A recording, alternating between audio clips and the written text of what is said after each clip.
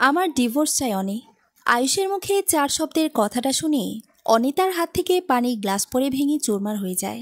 আয়ুষ চমকে ওঠেনি, বরং চোখে মুখে বিরক্তির ভাব ফুটিয়ে তুলেছে। অনিতার শাশুড়ি সেলিনা বেগম রেগে তেড়ে আসেন এবং গর্জে বলে ওঠেন, ভাঙ ভাঙ, সব ভেঙে ফেল। আর তো কিছু করতে পারবি না। এখন নিজের রাগ জেদ সব ঘরের জিনিসপত্রের ওপরেই দেখা। সেলিনা বেগম চলে গেলেন। অনিতা মাথা তুলে একবার আয়ুষের মুখের দিকে তাকিয়ে নিজেকে শক্ত করে বলল, আমি ডিভোর্স দিতে পারবো না তোমাকে আয়ুষ। কথাটা আয়ুষের শুনতে যতটা না সময় লেগেছিল, তার থেকে অনিতার গালে থাপ্পড় পড়তে বেশি সময় লাগেনি। থাপ্পড় খেয়ে আর নিজেকে সামলাতে পারেনি অনিতা। অপ্রস্তুতভাবে পড়ে গিয়ে মাথায় ছোটোখাটো চোট লেগে যায়। সেই চোট থেকে তরল জাতীয় কিছু চুয়ে চুয়ে পড়ছে। অনিতা কাঁপা কাঁপা হাতে কপালের চোট লাগা অংশে হাত দিয়ে দেখে রক্ত। অসহায় দৃষ্টিতে আয়ুষের দিকে তাকায় সে। এই অসহায় তো অনেক কিছুই জানান দিতে চায় আয়ুষকে, কিন্তু আয়ুষের চোখে চরম বিরক্তির ছাপ অসহায়ত্বের ছিটে ফোটাও তার চোখে পড়ছে না। রেগে যায় আয়ুষ, আমি আর পারছি না এত প্যারা নিতে। এই বাড়িতে তুমি আমার জন্য বিশাল বড় একটা ঝামেলার সৃষ্টি করছো। ভালো থাকতে পর্যন্ত দিচ্ছ না আমাকে। কেন? হ্যাঁ, তোমার জন্য আমার মা আর বোনের কাছে কথা শুনতে হচ্ছে। এর কারণটাই মূলত তুমি। মরা বাবাটাকে নিয়ে আর কিছু বললাম না। ওই একটা মানুষের তাড়ামির জন্য আমার তোমার মতো গাইয়া একটা মেয়েকে বিয়ে করতে হয়েছে। আমি এত কিছু জানি না। এবার আমি মুক্তি চাই ব্যাস। যদি হিতে বিপরীত হয়, আমার থেকে খারাপ কেউ হবে না, মনে রেখো তুমি। আয়ুষ অনিতার মুখের উপর কথাগুলো বলে বেরিয়ে যায়। অনিতা কান্নায় ভেঙে পড়ে। আয়ুষ চলে যেতেই কাজের মেয়ে ময়না দৌড়ে আসে। অনিতার কপালে রক্ত দেখে হকচকিয়ে উঠে বলল, ভাবি, আপনার কপাল থেকে তো রক্ত পড়তাছে। তাড়াতাড়ি যান, ব্যান্ডেজ করে নেন। ময়নার কথাটা আয়ুষের বোন আদ্রি শুনে বলল, ও আচ্ছা, আমার ভাইয়ের পাশাপাশি মেয়েটা তোমাকেও জাদু করেছে, তাই না? যত সব আজাইরা সিনেমা দেখতে হয় আমাকে। ময়না ভয় পেয়ে গিয়েছিল। এ বাড়িতে অনিতা ছাড়া বাকি 3টা মানুষই পিশাচের মতো। আয়ুষের বাবার মরতে দেরি হয়েছে। অনিতার উপর অত্যাচার আর সকল অবহেলা, অমানবিক কাজ শুরু করতে তাদের দেরি হয়নি। আয়ুষ আর অনিতার বিয়েটা সাধারণত আয়ুষের বাবার জন্যই হয়েছিল। রফিক সাহেব বড্ড জিদ্দি একটা মানুষ। যা বলেন তাই করেই ছাড়েন। এক প্রকার জোর করে আয়ুষের সাথে অনিতার বিয়ে হয়। বাড়িতে সবাই রফিক সাহেবকে ভয় পায়। তাই 2 বছরে কেউ অনিতাকে কিছু বলতে পারিনি। অনিতার সুখের সময় ছিল এই 2টা বছর। অনিতার বাবা নেই, মার সাজিদ, মার্জিয়াকে নিয়ে তাদের পরিবার। সাদিদ চাকরি খুঁজছে কিন্তু মেলে না চাকরি, সবই টাকার তৈরি লিলিপুট। মার্জিয়া ইন্টারে পড়ে। টানাপোড়েনের মধ্য দিয়ে তাদের সংসার চলত। এর মাঝে আয়ুষের সাথে অনিতার বিয়ে হয়। রফিক সাহেবই চালাতো ওই পরিবারটাকেও। বন্ধু মারা যাওয়ার দুদিনে তার পরিবারের পাশে দাঁড়ানো তিনি তার কর্তব্য মনে করেছিলেন। তার যথাযথভাবে কর্তব্য পালনও করেছিলেন। আদ্রে ক্ষিপ্ত হয়ে চলে যায়। ভয়ার্থক দৃষ্টিতে ময়না অনিতার দিকে দৃষ্টি ফের বদল করে। অনিতা তার ছেলের সাথে বলল, তুই তো শুধু বাহিরের ক্ষতটা দেখলি, ভেতরেরটা তো কেউ দেখছেই না। অমানুষগুলোর কথা কইেন না ভাবি, তারা নিজেরাই এমন কাজ করে। আপনার সাথে আর আপনি কতক্ষণ দেখবে? ভুলে যান ভাবি, আর চলে যান। এভাবে আপনার কষ্ট দেখলে আমারও কষ্ট লাগে। কোথায় যাব আমি বল? আমি কোথাও যেতে পারবো না রে। আমার নিজের যা হবে হোক, অন্যদের কথা ভেবে আমাকে এখানে সব সহ্য করে পড়ে থাকতে হবে। ময়না কিছু বলছে না, তার বলার মতো কিছুই নেই। অনিতা ভাবতেও পারেনি মাঝপথে এসে তার জীবনটা এভাবে থমকে যাবে। জীবনে চলার পথটা কখনো কঠিন, কখনো বা সহজ। এই চলার পথে একজন সঙ্গী অবশ্যই প্রয়োজন। সেখানে আয়ুষ মাঝপথেই তাকে থামিয়ে দিয়েছে।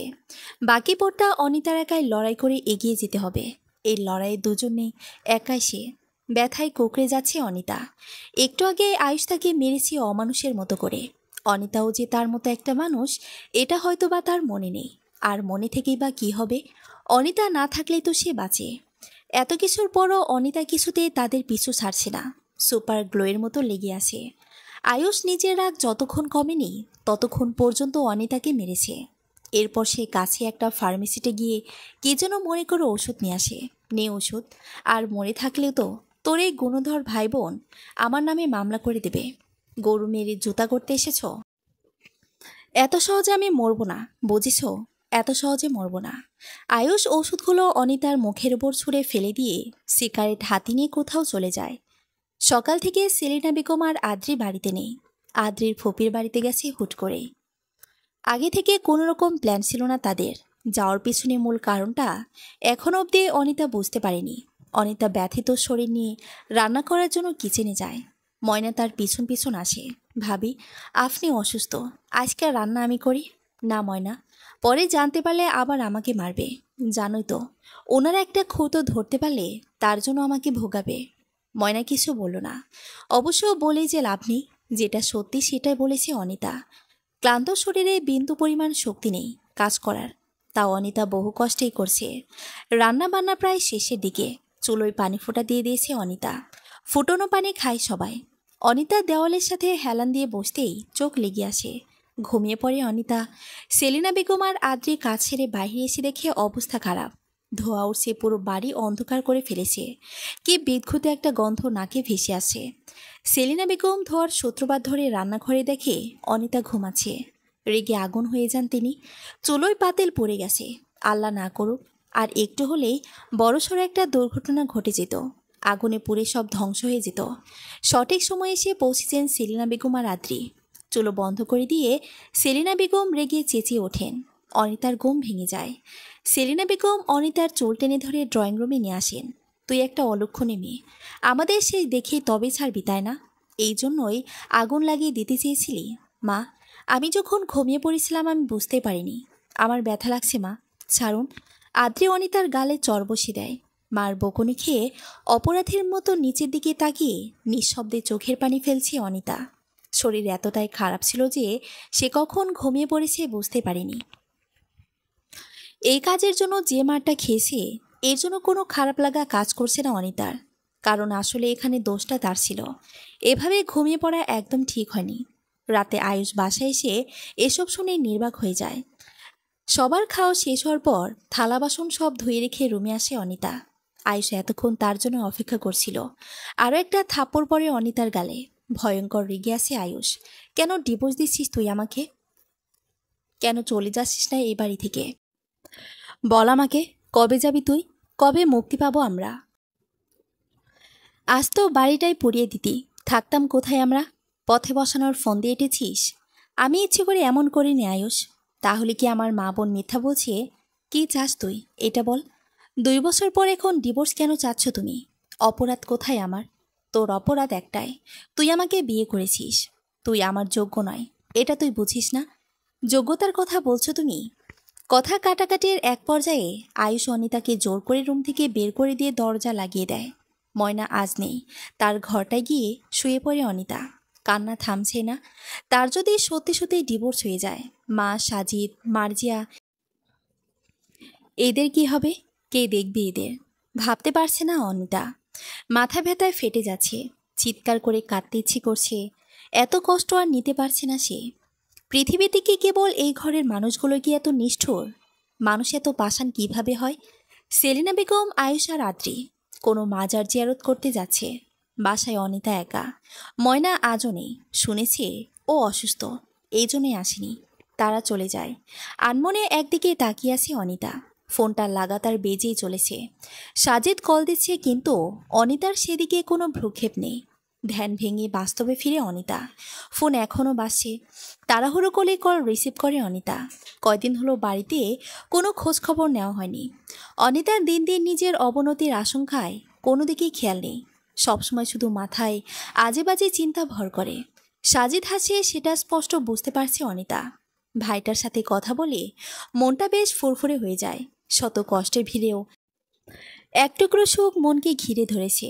এই অজস্র কষ্টের ভিড়ে এক টুকরো সুখের মূল্য আকাশচুম্বী। অনিতা সাজিদকে একটু বুঝতে দিল না তার কষ্টের জীবনটার সম্পর্কে। সে চাচ্ছে অন্তত তার কষ্টের বিনিময় হলেও ভাই বোন আর মায়ের মুখের হাসিটা অটুট থাকুক। সাজিদের সাথে কথা শেষ করে রান্নার কাজে হাত লাগায় অনিতা। মাজার থেকে ফিরতে তো নিশ্চয় দুপুর হয়ে যাবে। খাবার সামনে না পেলে সবাই আবার ঘরে মাথায় করে ফেলবে। কোনো রকম ঝামেলা চায় না অনিতা, তাই চটজট দিয়ে রান্নাটা সেরে নেয়। মন ভালো থাকায় আজকে নোনতা ইলিশ রান্না করছে। এই ইলিশের অন্য সব ইলিশ মাছের থেকে একটা ইউনিক জিনিস আছে, আর সেটি হচ্ছে লবণ দেওয়ার প্রয়োজন পড়ে না। সেলিনা বেগমের অত্যন্ত পছন্দের খাবার। আদ্রি আর আয়ুষের পছন্দ বিরিয়ানি। মোট কথা তিনজনের পছন্দের খাবার রান্না করছে অনিতা আজ। নিশ্চয়ই সবাই অনেক খুশি হবে। এর বিনিময়ে একটু ভালো ব্যবহারও যদি অনিতার কপালে জোটে তাহলে মন্দ হয় না। অনিতা গোসল সেরে নেয়। অপেক্ষা তাদের ফেরার। কলিং বেল বেজে উঠল। মন জানান দিচ্ছে তারা এসে গেছে। অনিতা যতটা দ্রুত সম্ভব গিয়ে দরজা খুলে দেখল যাদের ফেরার জন্য সে অপেক্ষা করছিল তারা নয়, বরং অন্য কেউ এসেছে। মাহবুব ভাই, আপনি? আমি চা খেতে আসলাম। মানে? এখান দিয়ে যাচ্ছিলাম, ভাবলাম আপনার হাতে চা খেয়ে যাই। আপনি? না, সে লেভেলের চা বানান। একটু চা হবে প্লিজ। বাসায় কেউ নেই। অনিতার মন কো ডাকছে। অনিতা চুপ করে রইল। তাই মাহবুব আবার বলে উঠল, কি হলো ভাবি, খাওয়াবেন না? না মানে, আজকেও বাসায় নেই। আপনি বরং অন্যদিন আসুন, তখন খাওয়াবো। অন্যদিন? জি। অন্যদিন কিভাবে আসবো? হতে পারে আজ এখানে ফিরে গেলেই দেখা যাবে আমি মরে গেলাম। জীবন মরণে তো আর কোনো গ্যারান্টি নেই, তাই না? তাছাড়া মৃত মানুষ কি আর চা খেতে পারে বলুন? পরে মরে গিয়েও একটা আফসোস থেকে যাবে। তাও আজ হবে না মাহবুব ভাই। আমার শরীরটা তেমন ভালো নেই, চা বানাতে পারবো না। কথা দিচ্ছি আরেকদিন খাওয়াবো। মাহবুব নাসর বান্দা, সে কিছুতেই অনিতার কথা শুনছে না। অনিতা মাহবুবকে বসতে দিয়ে দ্রুত হেঁটে রান্নাঘরে চলে যায়। মন কেমন করছে। পুরো বাড়িতে সে একা, আর একটা অবিবাহিত ছেলে ব্যাপারটা খারাপ দেখাচ্ছে। মাহবুবের মতিগতিও তেমন একটা ভালো ঠেকছে না, সবসময় কেমন দৃষ্টিতেই তাকায়। এই দৃষ্টিতে খারাপ কিছুর ইঙ্গিত পায় অনিতা। মাহবুব অনিতার পেছনে দাঁড়ানো। অনিতা সেটি টের পায়নি, সে এক মনে এক ধ্যানে কাজ করছে। মাহবুব হঠাৎ করে পেছন থেকে অনিতাকে ঝাপটে ধরে। এর জন্য মোটেও প্রস্তুত ছিল না অনিতা। ভয়ে কলিজা মোচড় দিয়ে উঠল। অনিতা করুণ স্বরে বলল, এসব কি করছে মাহবুব ভাই? কি করছি বুঝেন না? নাকি বুঝতে চান না কোনটা? মাহবুব থামছে না। অনিতা নিজেকে বহু কষ্টে ছাড়িয়ে নেয়। অতপর মাহবুবের গালে একটা চর বসিয়ে দেয়। ভয়ে থরথর করে কাঁপছে অনিতা। ক্ষিপ্ত হয়ে বলল, ছি, কেমন জানোয়ার আপনি! মানুষ হয়ে জানোয়ারের মতো আচরণ করছেন। এই আপনার স্বভাব। মাহবুব রেগেও গেছে। চর খাবে ভাবতে পারিনি। চোখমুখ ভয়ঙ্কর লাল বর্ণ ধারণ করেছে। ভালো ব্যবহার করছি দেখে চর দিলা? আসো এবার, তোমাকে আসর জানোয়ারের রূপ দেখায়। একটা পুরুষ মানুষের শক্তির কাছে একটা মেয়ে নিতান্তই নগণ্য। একটা হাতির সামনে একটা পিঁপড়া পাঙ্গা নেওয়ার মতো ব্যাপার। মাহবুব, তোর এই অবস্থা কিভাবে হলো? এখনো বুঝতে পারছো না কিভাবে হলো? অনিতা ভাবি আমার এই হাল করেছে। কি? অনিতা দরজা বন্ধ করে ভেতরে বসে আছে। মাথা ফেটে রক্ত পড়ছে। মাহবুবের সাথে হাতাহাতির এক পর্যায়ে অনিতা ফল কাটার ছড়ি দিয়ে মাহবুবের হাতে আঘাত করে। এতেও সে দমে নেই, বরং আরও ক্ষেপে গেছে ভীষণ।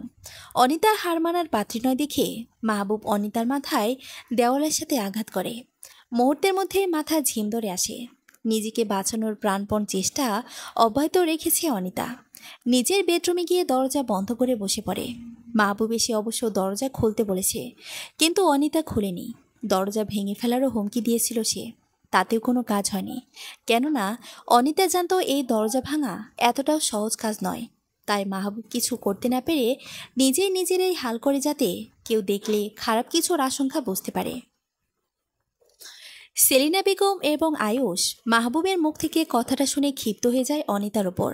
মাহবুব চলে যায়। দরজার ওপাশে আয়ুষের গলা শুনতে পেয়ে অনিতা যেন প্রাণ ফিরে পেল। এই মুহূর্তে তার কষ্টের সময়ে আয়ুষকে মনে করছে একজন ভরসাযোগ্য ব্যক্তি। দরজা খুলে আয়ুষকে ঝাপটে ধরে কাটতে শুরু করেছে। গা ঘিনঘিন করছে আয়ুষের। সে অনিতার হাত ধরে টেনে ড্রয়িং রুমে তার মা আর বোনের সামনে নিয়ে আসে। সেলিনা বেগমের হাতে থাপড় খেয়ে নির্বাক অনিতা। নষ্ট মেয়ে কথাটি দুইটা শব্দের হলে এর অর্থ বিশাল। এক নারীর চরিত্রে দাগ লাগায় শব্দ দুটো। অনিতা সেই শব্দে খেতাব ভুক্ত হলো কিছুক্ষণ আগেই। মাহবুবের কথা বিশ্বাস করে জলজ্যান্ত তিনটা মানুষ অনিতার সাথে কুকুরের মতো ব্যবহার করবে, এটা সে ভাবতে পারেনি। নিজের চরিত্রে দোষ না লাগানোর অসংখ্য চেষ্টা করেও সফল হলো না অনিতা। সে নির্দোষ হয়ে আজ সে ব্যর্থ। আদ্র একটা মেয়ে হয়ে অনিতাকে খারাপ বলার কিছু অংশ বাদ রাখেনি, কলঙ্কিত করেছে অনিতাকে। দুটি চোখের ঝরতে থাকা জল বাধাহীনভাবেই ঝরছে। ডিভোর্স পেপারে সিগনেচার করে বাড়ির বাইরে এসে দাঁড়ায় অনিতা। পেছন ফিরে একবার বাড়িটাকে দেখে নিল। তার সাজানো গোছানো সংসার নষ্ট হয়ে মুহূর্তে ধূলিসাৎ হয়ে গেল। মাহবুব তার সংসার ভেঙে গড়িয়ে দিয়েছে। আর এই নিষ্ঠুর মানুষগুলো সময়ের সদ্ব্যবহার করার জন্য আগে থেকেই তৈরি হয়ে বসেছিল। পৈশাচিক আনন্দ পাচ্ছে তারা। অনিতা তার ছেলের সঙ্গে দীর্ঘশ্বাস ফেলে বলল, আমি শুয়ে গেলাম, আল্লাহ যেন নাশ হয়। মাথায় হাজারো আজে বাজে চিন্তা ভর করেছে। কি হবে অনির পরিবারের সবাই? কোথায় গিয়ে কার দুয়ারে দাঁড়াবে? আর এখান থেকে যদি অনি বাড়িতে যায়, তাহলে কি জবাব দেবে সবাইকে? সে কি বলে দেবে যে তার ডিভোর্স হয়ে গেছে? আর বললেও সবাই জেনেই বা কেমন রিয়াক্ট করবে? সব চিন্তার নেগেটিভ দিক ইঙ্গিত করছে। এত সব ভাবতে ভাবতে অনির মনেই নিয়ে যে সে মাঝপথে চলে এসেছে। তার সেদিকে কোনো হুঁশ নেই, নিজের ভাবনায় বিভোর সে। সাফন আহমেদ বেখেয়াল বশত গাড়ির সামনের দিকে না থেকেই ড্রাইভ করছে। যখন তাকালো তখন কিছুটা দেরি হয়ে গিয়েছে। সামনে থেকে কোনো মেয়েলি কণ্ঠের চিৎকার শুনল সাফন। গাড়ি থেকে দ্রুত নেমে দেখলো একটা মেয়ে অজ্ঞান হয়ে পড়ে আছে। একবার ভাবলো মরুক বা বাঁচুক, তাতে তার কি আছে যায়। এমনিতে এখন মেয়ে দেখলেই কেমন একটা ঘৃণা চলে আসে, সহ্য হয় না একদম। অনের মাথা থেকে রক্ত পড়ছে। সাফওয়ান দ্রুত অনেকে হসপিটালে নিয়ে যায়। বেশি দেরি হলে কোনো খারাপ কিছু ঘটে যেতে পারে, এতে সাফওয়ানও নিশ্চিত। সে আর যাই হোক কোনো ঝামেলায় পড়তে চায় না। ডাক্তার বেরিয়ে আসে। সাফওয়ান দাঁড়িয়েছিল। ডাক্তারকে দেখে কিছুটা এগিয়ে যায়। ডাক্তার, সব ঠিক আছে তো? পেশেন্ট আপনার কি হয়? না, আমার কিছু হয় না, সাফওয়ানের শর্টকাট জবাব। ডাক্তার একটু বিচলিত হন। আপাতত সব ঠিক আছে, একটু পরে জ্ঞান ফিরবে। মাথায় আঘাত পাওয়ার কারণে এমন হয়েছে, ওষুধ খেলে ঠিক হয়ে যাবে। ও, ওকে। ডাক্তার কিছু বলতে গিয়ে বলল না। সাফওয়ান ওষুধপত্রের ব্যবস্থা করে আর এক মুহূর্ত না দাঁড়িয়ে চলে যায়। হসপিটালে নিয়ে এসেছে, এটাই যথেষ্ট। মাথা ব্যথা করছে, উঠে বসে অনি। আশেপাশে তাকিয়ে বুঝতে পারল এটা হসপিটাল। একজন নার্সকে দেখে সে ডেকে জিজ্ঞেস করে কে তাকে এখানে নিয়ে এসেছে। নার্স সব খুলে বলে। বাইরে কাউকে দেখতে পেল না অনি। অদিতি অনিকে হসপিটালে দেখতে পেয়ে হকচকিয়ে যায়। মাথায় ধবধবে সাদা ব্যান্ডেজ লাগানো, এক অপূর্ব সুন্দর লাগছে অনিকে। অদিতি দ্রুত পায়ে এগিয়ে আসে। অনি, তোর এই অবস্থা কিভাবে হলো? মাথায় কিভাবে ব্যথা পেলি? অদিতির সাথে অনিতা তার বাসায় এসেছে। অদিতির মা নেই, বাবা আর সেই। অদিতির বাবা বাড়িতে নেই। অদিতি অনেক সব কথা শুনে প্রচণ্ড ক্ষিপ্ত হয়ে গেল। এরা মানুষ না জানোয়ার? এমন ব্যবহার কিভাবে করতে পারলো? নারী নির্যাতনের মামলায় সব কয়টাকে ফাঁসিয়ে দিয়ে চল। না, কোনো টাকা লাগবে না, এই মামলায় খরচ সরকার দেয়। তাছাড়া প্রমাণও আছিস তুই নিজেই। একবার আমি দেখতে চাই তাদের অবস্থাটা কেমন হয়। এসব করে আর কি হবে বল? আমি চাই না মা বা সাজিদ এরা কেউই আমার এসব কথা জানো। মানে কি? আমার একটা জবের ব্যবস্থা করে দে। আমি যেমনই থাকি আমার ভাই বোন আর মা অন্তত খুশি থাকুক, এটাই আমি চাই। জানিস, আমি যদি এখন মারা যেতাম মরেও শান্তি পেতাম না রে। যিনি আমাকে হসপিটালে নিয়ে এসেছে ধন্যবাদটা তার প্রাপ্য। খবরদার আর মরার কথা বলবি না। জবের ব্যবস্থা না হয় হলো, কিন্তু তোকে যে হসপিটালে নিয়ে এসেছে ওই লোকটাকে দেখিনি, চলে গিয়েছিল আগেই। অদিতির যেখানে জব করে সেখানেই জব পেয়েছে অনি। মাজিদুল ইসলাম অফিসের বস। 2 ছেলে 1 মেয়ের বাবা তিনি। দেখতে শুনতে বেশ ভালোই রুচিশীল ভদ্রলোক মনে হলো অনির কাছে। তিনি অদিতির থেকেও বড় পদে জব দিলেন অনিকে। অনি অবশ্য এটা আশা করেনি। অদিতি খুশি হয়। মাঝখান দিয়ে বেশ কয়েকটা দিন কেটে গেল। অফিস থেকে 2 দিনের ছুটি নিয়ে বাড়ি যায় অনি। মার্জিয়া অনিকে দেখে হতবাক। চোখে মুখে হাসির ঝিলিক ফুটে ওঠে। এসে সোজা জড়িয়ে ধরেছে বোনকে। 2 বোনকে এই অবস্থা দেখে শাহানা বেগম কেঁদে দিলেন। সাজিদ নিজের রুম থেকে বেরিয়ে আসে। অনি শাহানা বেগমের দিকে এগিয়ে যায়। নিচু হয়ে মায়ের পায়ে ধরে সালাম করে। শাহানা মেয়ের মাথায় হাত বুলিয়ে দিয়ে বুকে টেনে নেয়। হু হু করে কান্না করে দেয়। এ কান্নার কোনো অর্থ নেই। মায়ের মন সন্তানের জন্য সর্বক্ষণ ব্যাকুল হয়ে থাকে। এই ব্যাকুলতার ফলস্বরূপ চোখের কোণ থেকে ঝরে পড়া এই অশ্রুফোঁটাগুলো। তারপর আজ কতগুলো দিন বাদে অনেকেই দেখছে। সাজিদ মা আর বোনের কান্না দেখে বিরক্ত হয়ে বলল, মা, তুমি এসব কি শুরু করলে? আপু মাত্রই তো আসলো, আর এখনই কান্না শুরু করেছো? প্রতিদিনই তো কান্না করো, আজ অন্তত কান্নাটা বন্ধ করো। সাজিদের কথায় বুকটা ধক করে ওঠে অনির। প্রতিদিন কান্না করে মানে? কি বলছিস সাজিদ? মা প্রতিদিন কান্না করে?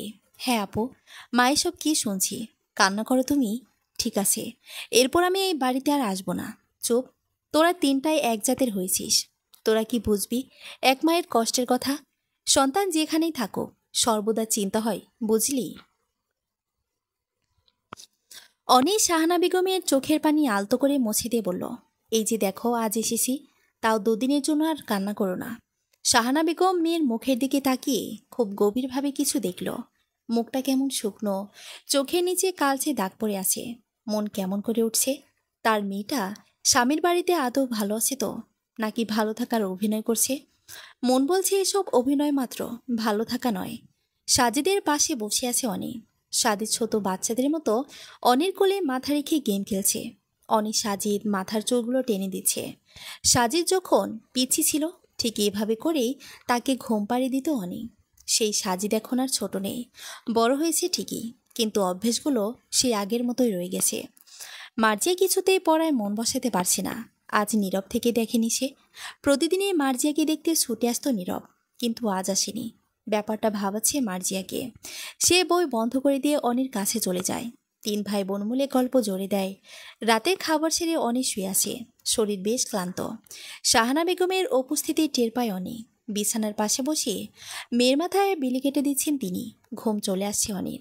শাহানা বেগম কত শত ভেবে অনিকে বলে উঠল, অনি, জি মা, তুই ভালো নেই তাই না?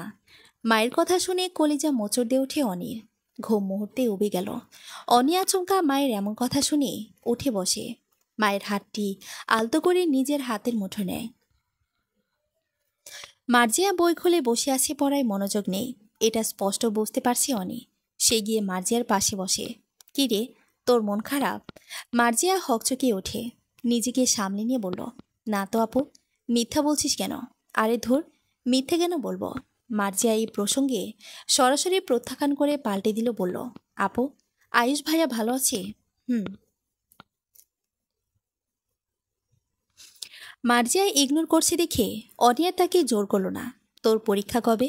সামনের মাসের 1 তারিখ থেকে শুরু হবে। ফি কত আসে জানাস? হুম। তোর চশমা কোথায়? ওই আসলে কি, ভেঙে গেছে? কবে? এই তো কিছুদিন আগে। নিসনি কেন আরেকটা? এত টাকা কোথায় পাবো? আমি আছি কি করতে? সবই তো তুই দিস, বাড়ি ভাড়া থেকে শুরু করে সব। তোর কাছে আর চাইতে ইচ্ছে করে না রে আপু। বেশি কথা বলিস দেখছি। বেশি কই বললাম, যা বলেছি ঠিকই তো। ভালো কথা, তুই প্রাইভেট পড়িস না। মার্জিয়া চুপ করে আসে দেখে কিছুটা আঁচ করতে পারলো অনি। টাকার কথা ভাবিস না, আমি যতদিন আছি তোদের কোনো সমস্যা হবে না। কাল থেকে প্রাইভেটে যাবি। অনি উঠে চলে যেতে নেয় মার্জিয়া পেছন থেকে ডেকে উঠল, আপু। হুম। তোর সব টাকা একদিন শোধ করে দেব। কিভাবে? বড়লোক ছেলেকে বিয়ে করে। হি হি হি। অন্যের টাকা কেন নিব? তুই নিজে দিতে পারলে নিতে পারবো। তুই যে দিস, ওটা কি তোর টাকা? এতদিন আমার টাকা ছিল না, এখন তো আমারই। নিচু স্বরে অনেক কথাটা বিড়বিড় করে বলল। মার্জিয়া বুঝতে পারেনি, তাই বলে উঠল, কিরে আপু, কিছু বললি? কই না তো। অনেক 500 টাকা দিয়ে মার্জিয়ার কাছে আসে। তার হাতে টাকাগুলো এগিয়ে দিয়ে বলল, নতুন একটা চশমা কিনে নিয়ে আসিস। মার্জিয়া টাকাটা হাতে নিয়ে ঠায় বসে আছে। সাজিদ অন্যমনস্ক হয়ে বসে আছে। জবের জন্য কম ট্রাই করেনি। প্রতিবারই একটাই ফলাফল, ন্যূনতম যোগ্যতা থাকলেও টাকার জন্য জব পাচ্ছে না। দুনিয়াটাই যেমন টাকার উপর নির্ভরশীল, টাকা ছাড়া চলেই না। সব কিছুতে টিকলেও শেষে ঘুষ চায়। পরিবারের 2 দিনে একটা জব অতি গুরুত্বপূর্ণ, যদি হালটা একটু ধরতে পারে এই আশায়। আশার ফল প্রতিবারই হতাশায় পরিণত হতে চায়। তাই এবার হাল ছেড়ে দিয়েছে সাজিদ। সাজিদের পাশ এসে দাঁড়ায় অনি।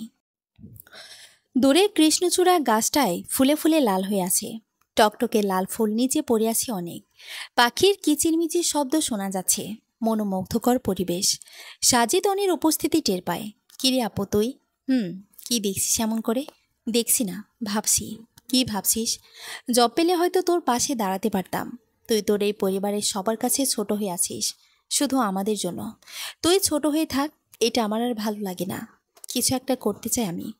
চাইলে সব পাওয়া যায় না, সব পেয়ে গেলেও আবার না পাওয়ার কিছু থাকে না। আমার কাছে আমার নিজে থেকেও দামি তুই মার্জিয়া আর মা। সেখানে আমি ছোট হই বা বড়, এসব কে বলেছে তোকে? ওনারা তো কিছু বলে না, তাই না? আমি জানিতে আপু, তুই যত যাই বলিস, সব আমাদের সান্ত্বনা দেওয়ার জন্য ছাড়া কিছুই না। আমাদের সুখের কথা তো খুব ভাবিস, নিজের সুখে আসিস তো। সাজিদের কথায় বুকটা ধক করে উঠল। অনি নিজেও জানে না সে কেমন আছে। সাজিদ ব্রেঞ্চিতে বসে আছে। স্মিহা দৌড়ে এসে হাঁপাতে থাকে। সাজিদের পাশে বসল সে। সাজিদ সরু চোখে একবার স্পৃহাকে দেখল। এত হাঁপাচ্ছিস কেন? তোর জন্যই তো এত ঝামেলার মধ্যেও আসলাম। আমি কি আসতে বলেছি? বলিসনি। কিন্তু তুই যে আমার অভ্যেস হয়ে গেছিস, এটা বুঝিস না? আমি তোর অভ্যেস হব কেন? গাধা, কিচ্ছু বুঝিস না। প্রতিদিনই তো আগে এখানে আসতি। সঙ্গে কে ছিল মনে নেই? তুই ছিলি।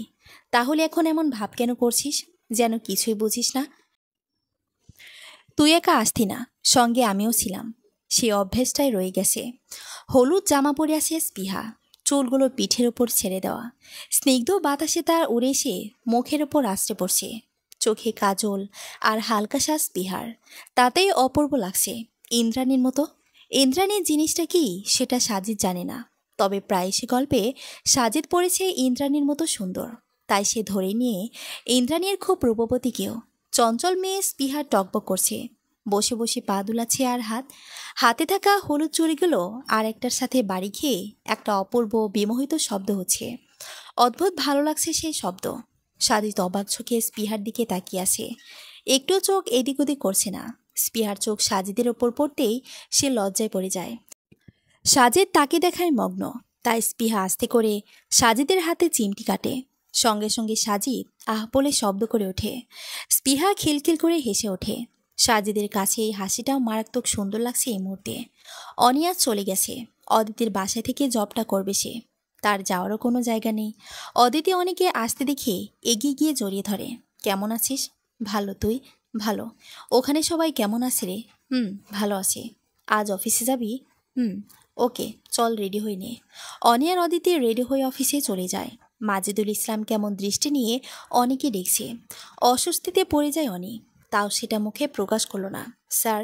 হ্যাঁ, কোনো কাজের কথা বলছিলেন? ও হ্যাঁ, আর কে গ্রুপের সাথে আমাদের একটা ডিল ফাইনাল করা দরকার। প্রেজেন্টেশন আপনাকেই করতে হবে। কথা হচ্ছে, আপনি পারবেন তো? জি স্যার। মাজেদুল ইসলাম অনির দিকে একটা ফাইল এগিয়ে দেয়। অনি সেটা নিয়ে চলে যেতে নিবে। মাজেদুল ইসলাম অনিকে ডাকে, কিছু বলবেন? আপনার নাকি ডিভোর্স হয়ে গেছে। অনি ভাবতে পারেনি তিনি পার্সোনাল প্রশ্ন করে বসবে। অনি মাথা নাড়িয়ে সায় দিয়ে দ্রুত চলে আসে নিজের কেবিনে। অদিতি অনির পাশের কেবিনে, তাই সে অনিকে দেখে জিজ্ঞেস করলো, কি রে, কি হলো? মুখ অমন অন্ধকার করে রেখেছিস কেন? কই, না তো। অনি জোরপূর্বক মুখে হাসি ফুটিয়ে তোলার চেষ্টা করে ফাইলের কাগজপত্রগুলোর দিকে মনোযোগ দেয়। প্রেজেন্টেশন ভালোভাবেই করেছে অনি। ডিলটাও ফাইনাল হয়ে গেছে। আর কে গ্রুপের লোকজন চলে যায়। মাজেদুল ইসলাম অনির দিকে এগিয়ে আসে। মিস অনিতা? জি স্যার। লাঞ্চ টাইম শেষ হয়ে যাচ্ছে, চলুন কোনো রেস্টুরেন্টে গিয়ে লাঞ্চ করে নিই। না স্যার, কোনো সমস্যা নেই। আমি আর অদিতি একসাথে করে নিব। ডিল ফাইনাল হওয়ায় আমার তরফ থেকে ট্রিট, চলুন। কোনো এক্সকিউজ দেখাবেন না প্লিজ। আমার জন্য অদিতি ওয়েট করছে। তাহলে এক কাজ করি, অদিতিকেও সাথে নিই। মাজেদুল ইসলাম কিছু বললে না। 5 দিন কোনোভাবেই কেটে গেল। বারান্দায় উনি মুখ ভার করে বসে আছে। এটা অদিতি বেশ ভালোই বুঝতে পারছে। ও এও বুঝতে পারছে কারণ কি। অদিতি অনির হাতের উপর তার হাত রাখে। অনি অদিতির দিকে তাকায়। কি ভাবছিস?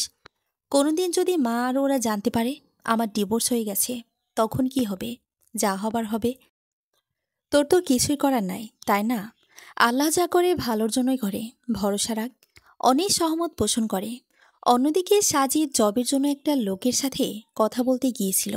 কথা শেষ করে ফিরতেই সামনে পড়ে আয়ুষ। আয়ুষ একা নেই, সাথে অন্য একটা মেয়ে, মডার্ন ড্রেস আপ। আয়ুষের কোনো চেপে ধরে হাঁটছে। সাজিদকে দেখেও না দেখার ভান করে চলে যাচ্ছিল। সাজিদ তাদেরকে পেছন থেকে ডাকে, ভাইয়া দাঁড়ান। আয়ুষ আর ডায়না পিছন ফিরে তাকায়। ডায়না বোঝার চেষ্টা করছে ছেলেটিকে। ভাইয়া দেখেও না দেখার ভান করে চলে যাচ্ছিলেন যে। কি ব্যাপার বলুন তো? কি ব্যাপার মানে? কোনো ব্যাপার নেই। ইচ্ছা হয় না তোমাদের মতো ছোট লোকদের দেখতে। তাও চোখ যে কখন কোন দিকে যায় বলা যায় না। ছোট লোক আবার কি জিনিস? ছাড়ুন সেসব। এনিকে আমার স্ত্রী ডায়না। হোয়াট? ডায়না বলে উঠল, তুমি কে? আমি সাজিদ। আপু, উনি যা বলছে তা ঠিক। হ্যাঁ, মজা করছেন তাই না? না রে আজিব, মজা করব কেন? কই, আপু তো আমাদের জানায়নি আপনি যে দ্বিতীয় বিয়ে করেছেন। হা হা হা। আর আপু, ও নিজেও জানে না তোমাদের কি জানাবে। মানে, আমি ঠিক বুঝলাম না। আয়ুষ ডিভোর্সের কথাটা জানাই সাজিদকে। অবাক হয়েছিল একটু, কারণ সে এখন জেনেছে ডিভোর্সের ব্যাপারটা। সাজিদের মাথার উপর আকাশ ভেঙে পড়ার মতো ঠায় দাঁড়িয়ে রইল। মুখে কিছু বলার ভাষা নেই। একটাই চিন্তা মাথায় বারবার ঘুরপাক খাচ্ছে, তাহলে অনেক কোথায় এখন? আয়ুষের কলার চেপে ধরে সাজিদ। ডায়নার সাহায্য নিয়ে আয়ুষ ছাড়া পেয়ে সাজিদকে শাসিয়ে চলে যায়। সাজিদ রেগে গেছে। বাসায় চলে যায় সাজিদ। অনেকে ফোন দেওয়ার চেষ্টা করছে, কিন্তু ফোনটা বাজতে বাজতেই কেটে যাচ্ছে, তোলার নামই নেই। আশ্চর্য, ফোনটা তুলছে না কেন? সাজিদ উল্টাপাল্টা বিহেভ করছে। শাহানা বেগম বুঝতে পারছে না তার ছেলের হঠাৎ কি হলো। তিনি সাজিদের ঘরে যায়। সাজিদের পাশে বসে, সাজিদ, হ্যাঁ মা বলো, তোর কিছু হয়েছে? আজব, কি হবে আমার? যেভাবে কথা বলছো মনে হচ্ছে কোনো অন্য গ্রহের প্রাণী আমি। এত রাখছিস কেন? বল আমাকে কি হয়েছে। বললাম তো কিছুই হয়নি, যাও এখান থেকে, একা থাকতে দাও আমাকে। সাজিদ ভীষণই রেগে আছে। মার্জিয়া কিছু বলছে না। শাহানা বেগম উঠে চলে যান। তিনি মনে করেছেন জব হয়নি তাই রেগে আছে। এটা নতুন নয়, রাগ ভেঙে গেলে নিজেই সরি বলবে। তাই শাহানা বেগম পর খাটালো না তাকে। সারাদিন কেটে গেছে। ফোনের কোনো খবর নেই অনির। অফিসের জন্য রেডি হতেই ফোনের কথা মনে পড়ে। ফোন খুঁজে পেয়ে অবাক হয় অনি। 100টা কল, অনেকগুলো টেক্সটও, তাও আবার সাজিদের নাম্বার থেকে। কী রে, কী হলো তোর আবার? সাজিদ এত কল কেন দিল? কল দে দেখ। অনি সাজিদকে কল করা ট্রাই করে। এখন নাম্বার অফ বলছে। টেক্সটগুলো পড়ে ঘামতে থাকে অনি। সে অল্পতেই অনেক বেশি সিরিয়াস। কারো কিছু হলো না তো? এজন্য ভয় পেয়ে যায় সে। দ্রুতই অদিতিকে নিয়ে বাসার উদ্দেশ্যে রওনা দেয় অনি। অনি আর অদিতিকে আসতে দেখে চমকে ওঠেন শাহানা বেগম। অদিতির সালাম বিনিময় করে। শাহানা বেগম রান্নাঘরেই চলে যান। অনি সাজিদকে খুঁজছে, কিন্তু সেই নেই। অনি রান্নাঘরে গিয়ে মায়ের পাশে দাঁড়ায়। কি রে, তুই এখানে এলে যে হঠাৎ করে? কেন আসতে পারি না মা? অভিমানী সুরে। ধুর পাগলি মেয়ে, আমি কি সেটা একবারও বলেছি? ফোন করে আসিসনি তাই জিজ্ঞেস করছি। সাজিদ ফোন দিয়েছিল। সাজিদ? আবারও চমকে উঠল শাহানা বেগম। অনি ভ্রুকুচকে তাকালো। চমকে উঠলে যে মা? কি হয়েছে বলো তো? সাজিদ কাল থেকেই কেমন উদ্ভট বিহেভ করছে। জানি না কি হয়েছে। জিজ্ঞেস করনি? তার বাদ রেখেছি? কিচ্ছু বলে না আমাকে। অনেক ভাবনায় পড়ে যায়। সাজিদ বাড়িতে আসে। সাজিদকে দেখতে পেয়ে মার্জিয়া দৌড়ে আসে। ভাইয়া, আপু এসেছে। কই? সাজিদকে আনন্দিত বা দুঃখিত কিছুই হতে না দেখে মার্জিয়া নিজেই অবাক হয়। আমি কি ডেকে আনবো? না, আমি যাচ্ছি। সাজিদ অনির রুমের দিকে যেতে নেয়। অদিতি সামনে পড়ে। মুখে মিষ্টি হাসি ঝুলিয়ে বলল, ভালো আছেন আপু? হ্যাঁ ভালো। তুমি ভালো আছো? জি আপু, ভালোই। সাজিদ অনির কাছে যায়। অনি সাজিদকে দেখে দ্রুত তার কাছে এগিয়ে আসে। সাজিদ এক নজরে বোনের দিকে তাকিয়ে আছে। কিছু বুঝতে চেষ্টা করছে সে।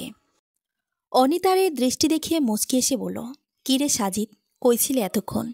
এতগুলো ফোন দিলি, আমি তো ভয় পেয়ে গেছি, তাই সোজা চলে এসেছি। কোথা থেকে এসেছিস? মানে? মানেটা আমার থেকে ভালো তুই জানিস আপু। অনির বুকটা ধুক করে উঠল। অস্থির লাগছে ভীষণ। তাই তোতলিয়ে জবাব দিল, যেখান থেকে আসার কথা সেখান থেকে এসেছি। আর কোথা থেকে আসব? তোর শ্বশুর বাড়ি থেকে এসেছিস? হুম। আর কত মিথ্যা বলবি আমাদের আপু? মিথ্যা? আমি? কি বলছিস রে সাজিদ? তুই ঠিক আছিস? আমার কথা ছাড়ো আপু। তুমি বলো না কেন আমাদের যে তুমি আয়ুষ ভাইকে ডিভোর্স দিয়ে দিয়েছ? কে বলেছে তোকে এইসব? আমি কেউ বললে হয়তো বিশ্বাস করতাম না, কিন্তু যেটা নিজের চোখে দেখে আসলাম সেটাকে তো অবিশ্বাস করতে পারি না, তাই না? অদিতির রুমে ঢুকে, সঙ্গে মার্জিয়াও।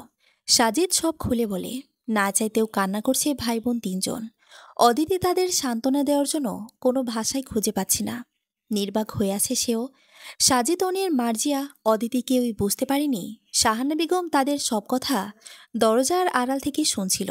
সবার কথা শেষ হলে পরিবেশ যখন শুনছান নীরব, তখন তিনি ধীর পায়ে রুমে আসে। শাহানা বেগমকে দেখে অসাড় হয়ে গেছে অনি। তার চোখে পানি। এত বড় একটা ধাক্কা তিনি সহ্য করতে পারলেন না। হার্ট অ্যাটাক করে বসেন তিনি। হসপিটালে নিয়ে আসা হয় শাহানা বেগমকে। ডাক্তার বেরিয়ে আসেন। আমার মায়ের এখন কি অবস্থা? রোগীর অবস্থা খুব ক্রিটিক্যাল।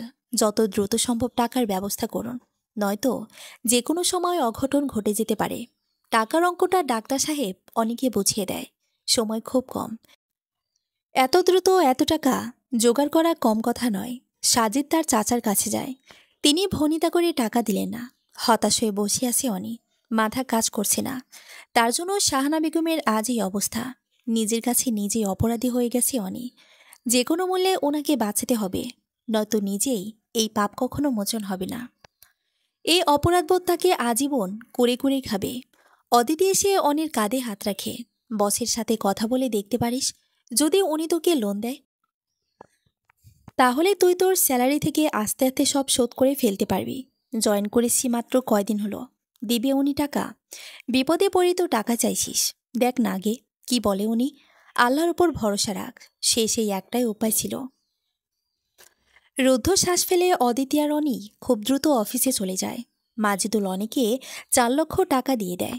শর্ত হলো এই ঋণ শোধ না করা অবধি কোনোভাবে চাকরি ছাড়তে পারবে না। এতে বিপরীত হলে অনির জন্য মামলা করা হবে। অনি কান্না করে দেয়, স্যার আপনার কাছে চির ঋণী হয়ে থাকব। টাকা নিয়ে বেরিয়ে পড়ে অনি। টাকা জোগাড় করে জমা দেওয়া হয় চিকিৎসার জন্য। 5 দিন পর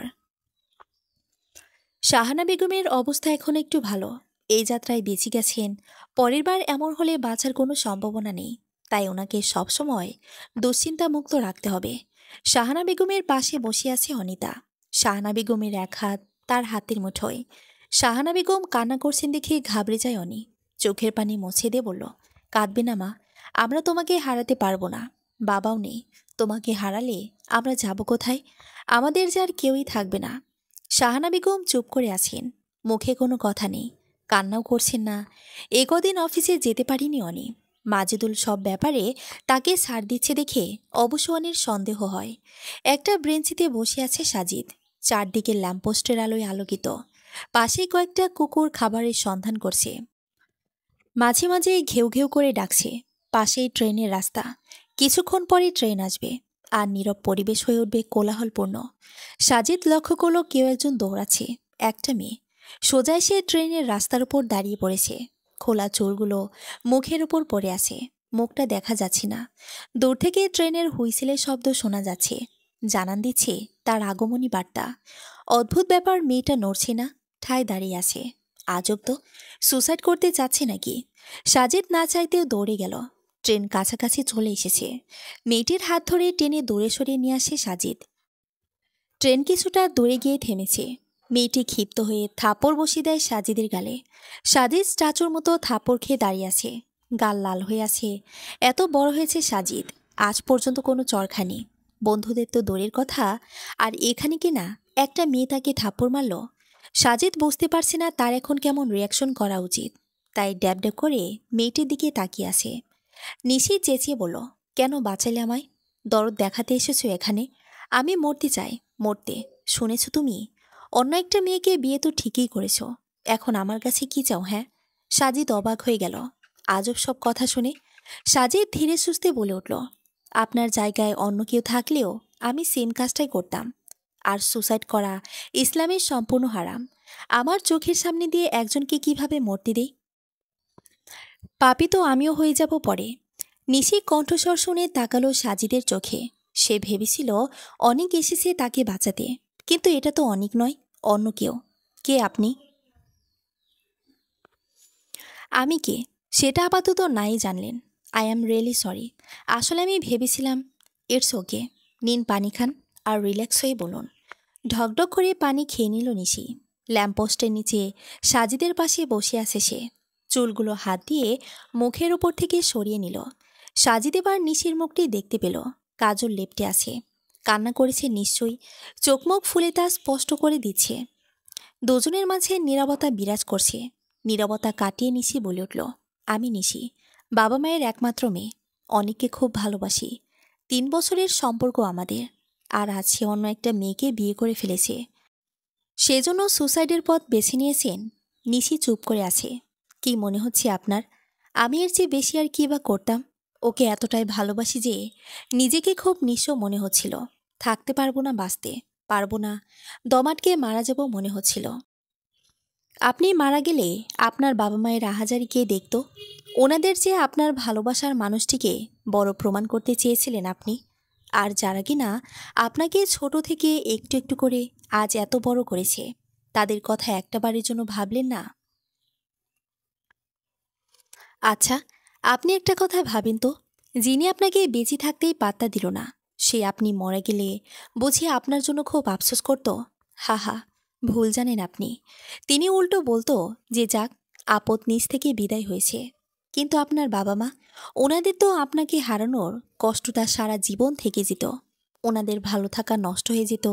আপনি একা মরতেন না, মেরে ফেলতেন আরও 2টা মানুষকে। আর তারা আপনার বাবা মা। সাজিদ চুপ করে আছে। নিশি ঢুকরে কেঁদে উঠছে। আসলে সে সব কিছুই ভাবেনি। নিজেকে বড্ড অপরাধী আর অসহায় মনে হচ্ছে। সত্যিকার ভালোবাসার দাম না দিয়ে এক বেইমানের জন্য মরতে যাচ্ছিল সে।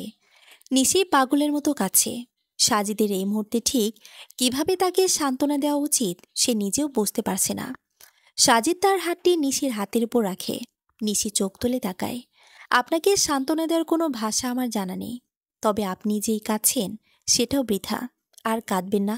যে ভালোবাসার দাম দিতে জানে না তার জন্য একটা কাদাও পাপ।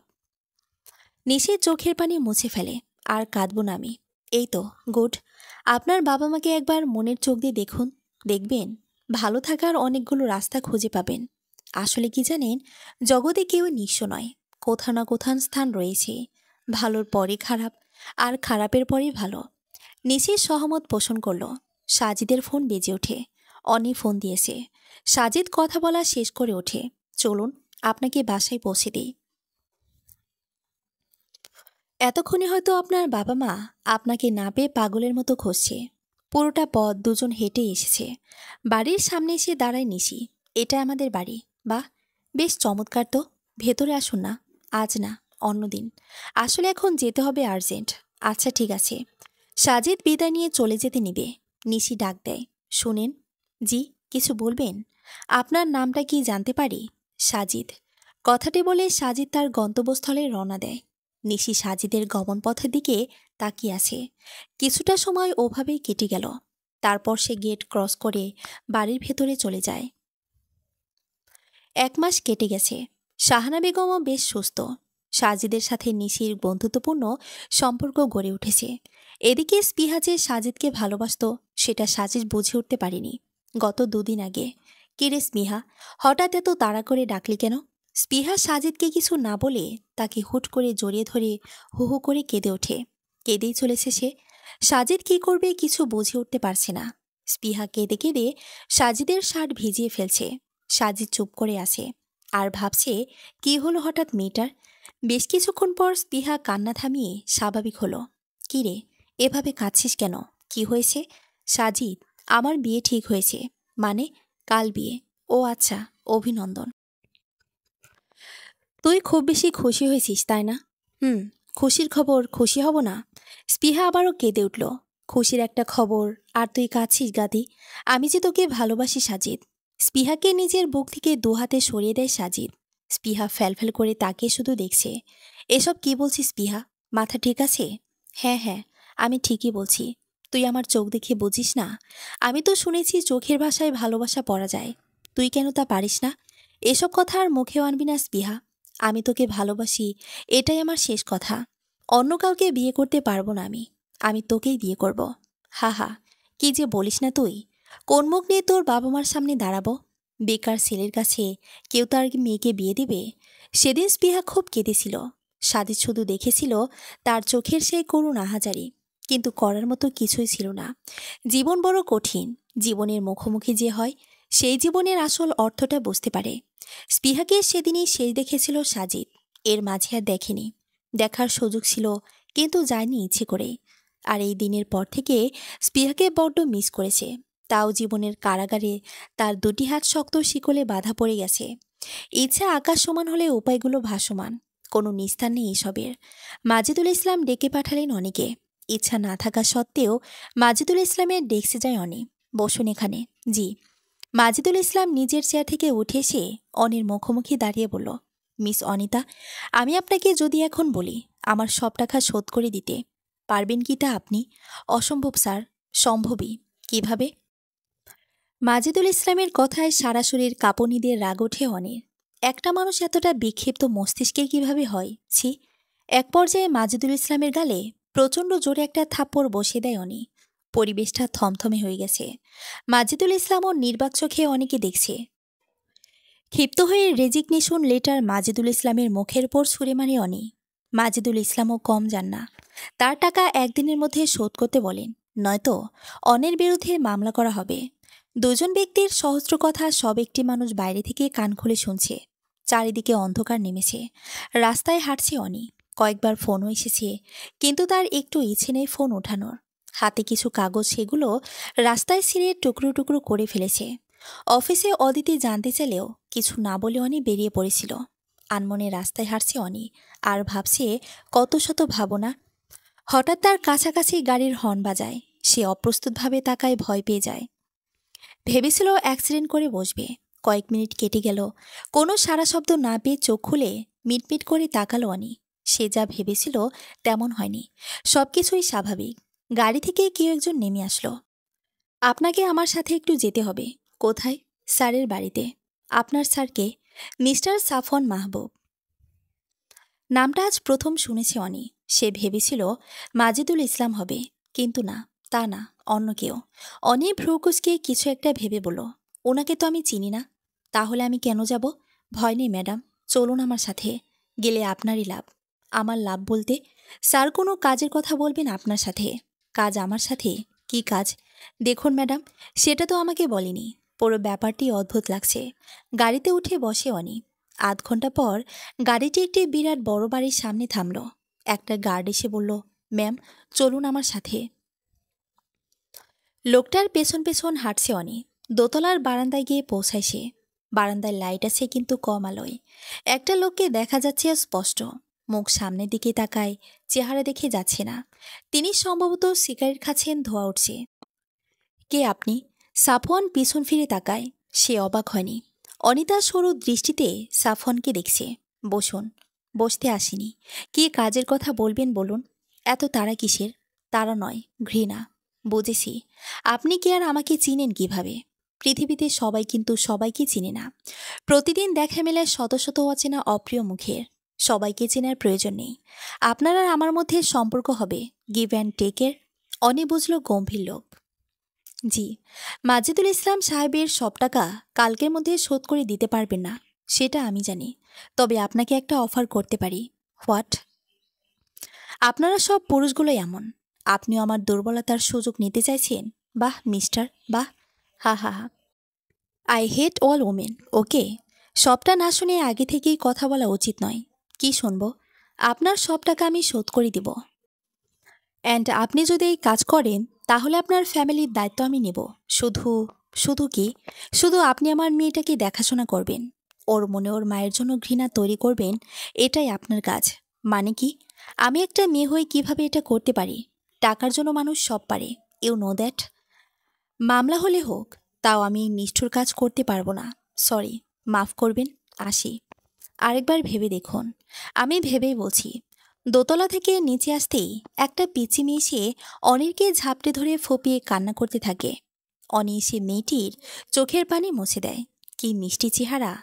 কান্না করার ফলে চোখ মুখ লাল হয়ে আসে। আম্মু, তুমি এমন কেন? আমাকে একা করে দিলা কেন? জানো, আমার একা থাকতে খুব কষ্ট হয়। এতটুকু কথা বলে ফপিয়ে কাঁদছে সে। অনেকে মাথায় হাত বুলিয়ে দিয়ে চোখের পানি মুছে দেয়। নির্বাক হয়ে আছে, মুখে কথা নেই। তিহা ওভাবেই ঘুমিয়ে পড়ে। এক হাতে ঝাপড়ে ধরে আছে অনিকে। অনি ভাবছে, তিহা তাকে আম্মু বলল কেন? সাফওয়ান নেমে আসে। ছেড়ে দিন, ঠিক হয়ে যাবে। বেডরুম কোথায়? সাফওয়ান হাতের ইশারায় দেখিয়ে দেয়। অনি কোলে করে তিহাকে শুয়ে দেয়। কেমন একটা মোহ কাজ করছে মারাত্মক মায়া চেহারায়। অনি চুমো দেয় কপালে। কেন দিল সে জানে না। তখন না জেনেই বলেছিল সেই পিচ্চির জন্য ঘৃণা তৈরি করতে পারবে না। কিন্তু এখন তো সে একদমই পারবে না, কিছুতেই না। ভয়ঙ্কর মায়াময় মেয়ে, এর মনে কষ্ট দিলে পাপ লাগবে। সাফওয়ান ড্রয়িং রুমে বসে আছে। অনি আসে সেখানে। আপনাকে আমার ড্রাইভার পৌঁছে দেবে, দরকার নেই। কিন্তু আমার দরকার আছে। সসম্মানে এনেছি, সসম্মানে পৌঁছে দেওয়া আমি আমার কর্তব্য মনে করি। রাতটা আর ঘুম হলো না অনির। কাউকে কিছু বলতেও পারছে না। কি বা বলবে? বলার মতো কিছু নেই। এদিকে সাজিদ মন খারাপ করে থাকায় রিজন জিজ্ঞেস করে নিশি। এতগুলো দিন সাজিদ তার কাছে কোনো রহস্যময় মানব ছিল। আজ সব রহস্য কেটে গেছে। সাজিদ আজ মন খুলে নিশিকে সব বলেছে। এতদিন নিশির সাজিদের প্রতি আস্তে আস্তে বিশ্বাস জমেছে। সাজিদকে একটা জনের জন্য মন খারাপ করতে দেখায় সকালে একটা গুড নিউজ দেবে বলে বিদায় নেয় নিশি। সাজির যদিও কিছু বুঝল না। আনমনে ফুটপাতে হাঁটছে অনি। হঠাৎ করে ময়নার সামনে পড়ে। মেয়েটাকে দেখেই কান্না শুরু করেছে। ভাবি, কইছিলেন আপনি, আপনারে কত খুশি। ওই অমানুষগুলো শেষমেশ আপনার বাইর করে দিল। ময়না কান্না থামায়। অনির পাশে হাঁটছে সে। ভাবি জানেন, আপনার বাইর করে দিয়াও ওরা ভালো নাই। মানে, ছোট সাহেব যারে বিয়ে করছে, ওই মাইয়া আমারে বাড়ি থেকে বাই করা বৃদ্ধাশ্রমে দিয়ে আসছে। সব সম্পত্তি তার নামে করে নিছে শুনছি। কি? হ। আর ছোট আফামনি তো কিছু সন্ত্রাসীর হাতে ধর্ষিতা হইয়া আত্মহত্যা করছে। হতবম্ব হইয়াছে অনি। মুখের কথা বলার কোনো ভাষা নেই। আল্লাহ বিচার করেছে ভাবি, আল্লাহ বিচার করছে। সাজিদ চাকরির কথা শুনে আকাশ থেকে পড়ল। বিশ্বাস হচ্ছে না তার। নিশিতার মুখের দিকে তাকিয়ে আছে। চোখে মুখে হাসির ঝিলিক ফুটে উঠেছে। নিশিতার বাবার কোম্পানিতে চাকরি দিয়েছে সাজিদকে। দুপুরের দিকে মাজিদুল ইসলামে থেকে কোনো রেসপন্স না পেয়ে অবাক হয় অনি। এতক্ষণে অনেক কিছু হয়ে যাওয়ার কথা ছিল। সাফন এসে অনির সামনে গাড়ি থামায়। অনি সরু চোখে একবার তার দিকে তাকালো। উঠুন। অনি উঠে বসে। একটা নদীর সামনে এসে তারা। দুজনের মাঝে নীরবতা বিরাজ করছে। নীরবতা ভেঙে সাফন বলল, আপনি বিস্মিত হচ্ছেন না আজ আপনার বিরুদ্ধে কোনো মামলা হলো না দেখে? হ্যাঁ, একটু। আমি সব টাকা শোধ করে দিয়েছি। কেন? অবাক হয়ে। আমার মেয়েটার অবস্থা দিন দিন খারাপ হয়ে যাচ্ছে। বাবা হয়ে এটা আমি দেখতে পারছি না। আমি চেয়েছিলাম ওর মা হয়ে কেউ আসুক, দায়িত্ব নিক। অনেকে রাজি হয়েছিল। অতটুকুন বাচ্চার মনে কষ্ট দিয়ে মায়ের জন্য ঘৃণা তৈরি করতে তারা শুধু টাকার লোভে ছিল। আপনি তার উল্টো। ও আচ্ছা, আমি আপনাকে বিয়ে করতে চাই অনি। অনি অবাক হয়ে সাফওয়ানের দিকে তাকিয়ে আছে। কিন্তু আমার কাছ থেকে কখনো স্ত্রীর অধিকার পাবে না, কোনো দিন। পিহার মায়ের সব কার্যকলাপ খুলে বলে সাফওয়ান। কেন সে মেয়েদের ঘৃণা করে, তাও বাচ্চা একটা মেয়েকে ছেড়ে যে অন্য ছেলের সাথে পাকাতে পারে, তার যাই হোক কখনো কারো মা হতে পারে না। সাফওয়ানের বউ হয়ে এসেছে অনি। কোনো প্রকার হৈহুল্লোর সাজসজ্জা ছাড়া নর্মালভাবে। তিহি তার কোলে ঘুমিয়ে আছে। মায়ায় লেপটে আছে চেহারা। গুটিসুটি মেরে ঘুমাচ্ছে। মনে হচ্ছে আজ কতদিন পর শান্তির ঘুম ঘুমাচ্ছে সে। অনি আস্তে করে তাকে বালিশে শুয়ে দিয়ে উঠে দাঁড়ায়। বারান্দায় যায়, যেখানে সাফওয়ান দাঁড়ানো। হাতে একটা ফ্রেমে বাঁধানো ছবি। অনি ছবিটার দিকে তাকিয়ে টাস্কিত হয়। হুবহু তার চেহারা। অনি তার মুখে হাত দেয়। সাফওয়ান সেটা লক্ষ্য করে। আমিও অবাক হয়েছিলাম আপনাকে দেখে, কারণ আপনি দেখতে মিতার মতো। কে উনি? বেইমানটা? ও, এই জন্যই তিহি আপনাকে ওর আম্মু মনে করেছে। সবসময় এটা জড়িয়ে ধরে কাঁদত। অনির বুকটা হু হু করে ওঠে। বড্ড মায়া বসে গেছে। সাফন ছবিটি ফ্লোরে আছাড় মেরে ভেঙে অনির সামনে আগুনে পড়িয়ে দেয়। অনির ড্যাপড্যাপ করে তার কাণ্ড দেখছে। এর কোনো স্থান বা এখানে থাকার প্রয়োজন নেই। আমাকেও কি এভাবে পুড়িয়ে মেরে ফেলবেন? সাফওয়ান তাচ্ছিলের সাথে বলল, আমি খারাপ, তবে এতটাও খারাপ নই। আপনি আমার জন্য কেউ নন। আমার মেয়ের জন্য তার মা। আর আমার জীবন, আমার মেয়েটা। তিহির মাঝে আমার প্রাণ পাখি রয়েছে। অন্তত তার জন্য হলেও আমার কখনো আপনার ক্ষতি করার মতো দুঃসাহস হবে না। বিশ্বাস রাখতে পারেন, বেইমানি করব না। সাফওয়ান চলে যায়। ক্রুদ্ধ দৃষ্টি চোখে, মুখে রাগ আর একরাশ কষ্টের ছাপ। গম্ভীর লোকটার চোখে মুখেও কোথাও যেন হারিয়ে যাওয়া যায় নিমিষেই। অনিঠায় দাঁড়িয়ে রইল। তিহি তাকে মাঝপথে ফেলে না দিয়ে বাকি পথ আনন্দেও মায়ের ভালোবাসার সঙ্গে এগিয়ে দিতে অনি সাফওয়ানকে বিয়ে করেছে। আর তার পরিবারের সচ্ছলতা ও সুন্দর একটা জীবন দেওয়ার জন্য বটে। মাঝপথে থমকে যাওয়া সবকিছুই আবার সচল হয়ে গেছে। শুধু তার জীবনটাই এখনো মাঝপথে আটকে আছে। সে মাঝপথে দাঁড়িয়ে কারো মুখে হাসি আর কারো অবহেলায় দিব্যি কাটিয়ে দিতে পারবে। কথায় আছে, ভোগে নয় ত্যাগেই সুখ। তার ত্যাগেই চারজন মানুষ সুখী হবে। আর তাদের সুখই অনির সুখ। অনি আনমনে সাফনের উদ্দেশ্যে বলে উঠল, ধূমকেতু দেখেছে কখনো? ধূমকেতু নয়, তুমিও নেভৃতে উদয় হও আমার হৃদয়ের গগনে। ছোঁয়ার আগেই আবার মিলিয়ে যাও মহাশূন্যে। যেন এসেছিলে বাঁকা চাহনিতে প্রেমের ঝড় তুলতে। তবে তোমাকে দেখার সৌভাগ্য আমার হয়েছিল। না হয় তোমার স্মৃতিটুকু নিয়েই কাটিয়ে দেব আরও কিছু রজনী। আবার আসবে তো নিশিতে, অপেক্ষায় রইলাম। সমাপ্ত। কেমন হয়েছে জানাবেন। ভুল ত্রুটি ক্ষমার দৃষ্টিতে দেখবেন। পাশে থাকার জন্য অসংখ্য ধন্যবাদ।